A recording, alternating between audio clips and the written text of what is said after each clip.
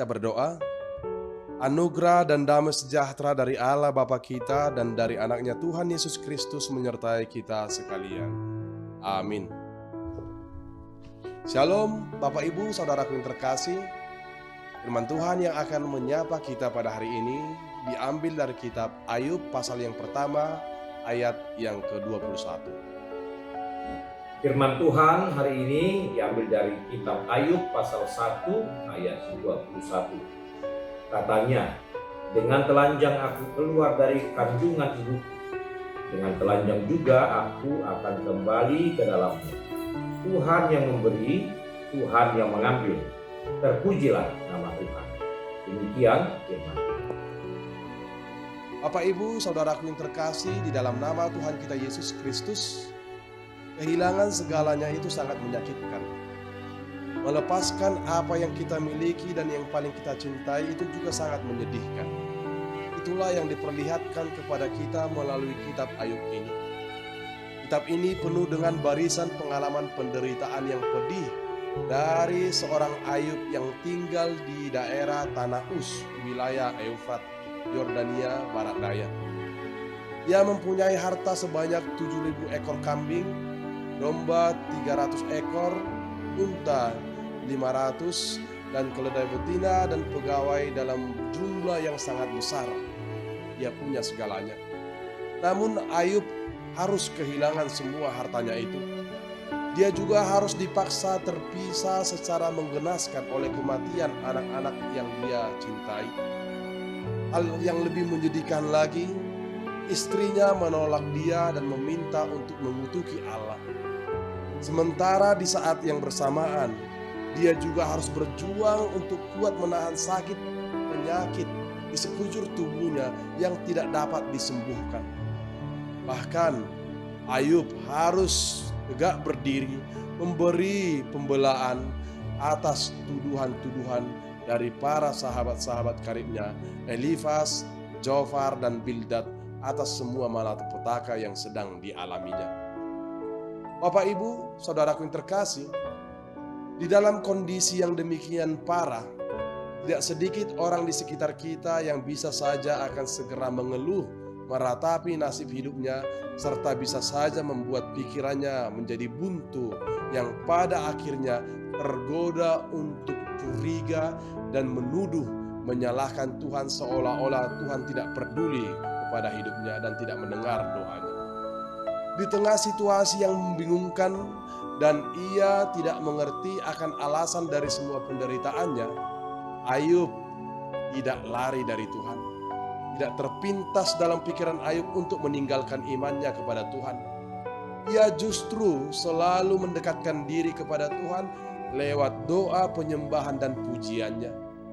Saat kita menghadapi penderitaan, kita pasti selalu harus berhadapan dengan pilihan, yaitu semakin mendekatkan diri kepada Tuhan atau malah semakin menjauhkan diri darinya. Mendekatkan diri kepada Tuhan tidaklah harus menerima semua penderitaan.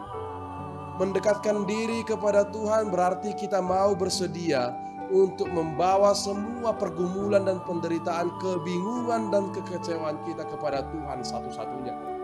Itulah yang telah dirasakan dan itulah yang telah diperbuat oleh Ayub untuk dapat membuka mata dan perhatian kita serta hidup kita seluruhnya, bahwa hidup kita ini adalah milik Allah.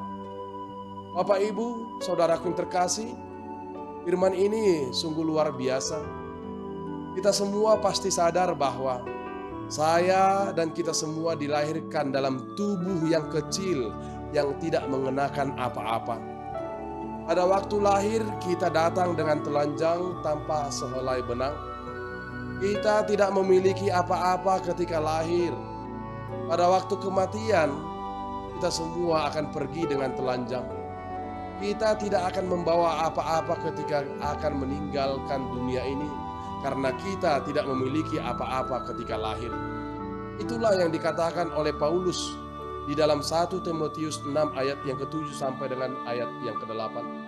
Firman Tuhan mengatakan, sebab kita tidak membawa sesuatu apa ke dalam dunia dan kita pun tidak membawa apa-apa keluar. Segala sesuatu yang kita miliki di antara kelahiran dan kematian disediakan oleh Allah Sang Pemberi kehidupan. Yang kita miliki hanya tulang-tulang yang dibalut dengan kulit, organ-organ tubuh, daging, darah bersama dengan jiwa yang harus kita pertanggungjawabkan di hadapan Allah. Semua yang ada pada kita hanyalah titipan Allah. Dialah yang memiliki hak untuk mengambil semua yang ada pada kita. Semua akan kembali kepadanya kapanpun Dia mau. Bapak, Ibu, saudaraku terkasih, Tuhan berhak dan berdaulat untuk segala sesuatu, termasuk itu atas hidup kita. Ayub mengenal lengkap tentang Allah yang dia percaya. Itu sebabnya Ayub ketika sedang berada di dalam kondisi yang terpuruk, yang nyaris kehilangan harapan pun, dia tidak takabur. Justru sebaliknya, Ayub sanggup mengarahkan semua harapannya dan tinggal hanya satu kekuatan yang dia miliki, yaitu tertumpu pada lipatan tangannya untuk berdoa sujud menyembah Allah dan berkata, "Terpujilah nama Tuhan." Karena Ayub percaya bahwa semua miliknya adalah milik Allah sepenuhnya. Ia juga percaya bahwa tubuhnya pun adalah milik Allah.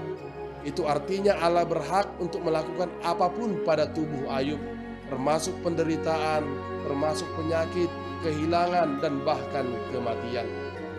Terpujilah nama Tuhan adalah kata-kata yang diucapkan oleh Ayub yang menjadi catatan penting bagi kita orang percaya, bahwa di dalam semuanya itu Ayub tidak berbuat dosa dan tidak terpikir untuk menuduh dan mengutuki Allah atas segala kepahitan yang dialami di dalam hidupnya. Melalui nats renungan hari ini, Bapak Ibu, kita diingatkan tentang iman Ayub yang mengatakan bahwa segala sesuatu yang ada pada dirinya adalah milik Tuhan. Hal ini menyadarkan kita bahwa keterikatan kita pada apapun di dunia ini, termasuk harta benda yang melebihi keterikatan kita kepada Allah, akan membuat kita ketakutan dan khawatir serta tidak mempunyai kedamaian di dalam hidup. Sakit, penyakit, kegagalan, dan duka bukanlah alasan bagi kita untuk kehilangan damai sejahtera. Oleh karena itu, marilah kita mengakui bahwa Allah berhak sepenuhnya atas hidup kita. Amin, kita berdoa. Allah Bapa yang Maha Pengasih, terima kasih atas firman-Mu. Engkaulah Tuhan yang mengingatkan kami bahwa hidup kami sepenuhnya hanya bersumber daripada-Mu. Tidak ada yang dapat kami lakukan jika bukan karena Engkau ya Tuhan. Tanpa-Mu kami tidak dapat berbuat apa-apa dan kami bukan siapa-siapa. Oleh karena itu ya Tuhan, biarlah segala sesuatu perjalanan hidup kami di atas segala suka dan duka yang kami jalani dan jalani, ini semua menjadi peneguhan iman kami kepada Engkau, agar hidup kami lebih semakin mendekatkan diri hanya kepadamu sebagai sumber kehidupan kami, penolong kami yang sejati. Berkatilah seluruh jemaat-Mu ya Tuhan, di dalam segala aktivitas dan pekerjaan dan segala rencana mereka. Biarlah Tuhan segala pekerjaan mereka Engkau berkati, apapun aktivitas mereka Tuhan Engkau sertai selalu, agar mereka dan kami semua dapat berhasil dalam segala usaha yang sudah kami perbuat. Tuhan Allah Bapa, kami juga berdoa buat jemaat kami yang sedang dirawat. Biarlah Tuhan Engkau yang memberikan penyembuhan dan pemulihan. Angkat sakit penyakit mereka dari tubuh mereka, Engkau kuatkan iman mereka, dan biarlah Tuhan nama-Mu tetap dimuliakan di dalamnya. Engkau berkati juga Tuhan dan tambahkan sukacita dan hikmat serta iman yang teguh untuk memuliakan nama-Mu kepada jemaat kami yang pada hari ini sedang merayakan ulang tahun kelahiran dan ulang tahun pernikahan. Terima kasih untuk segalanya Tuhan, terima kasih untuk kebaikan-Mu. Di dalam nama Yesus Kristus Tuhan kami berdoa. Amin.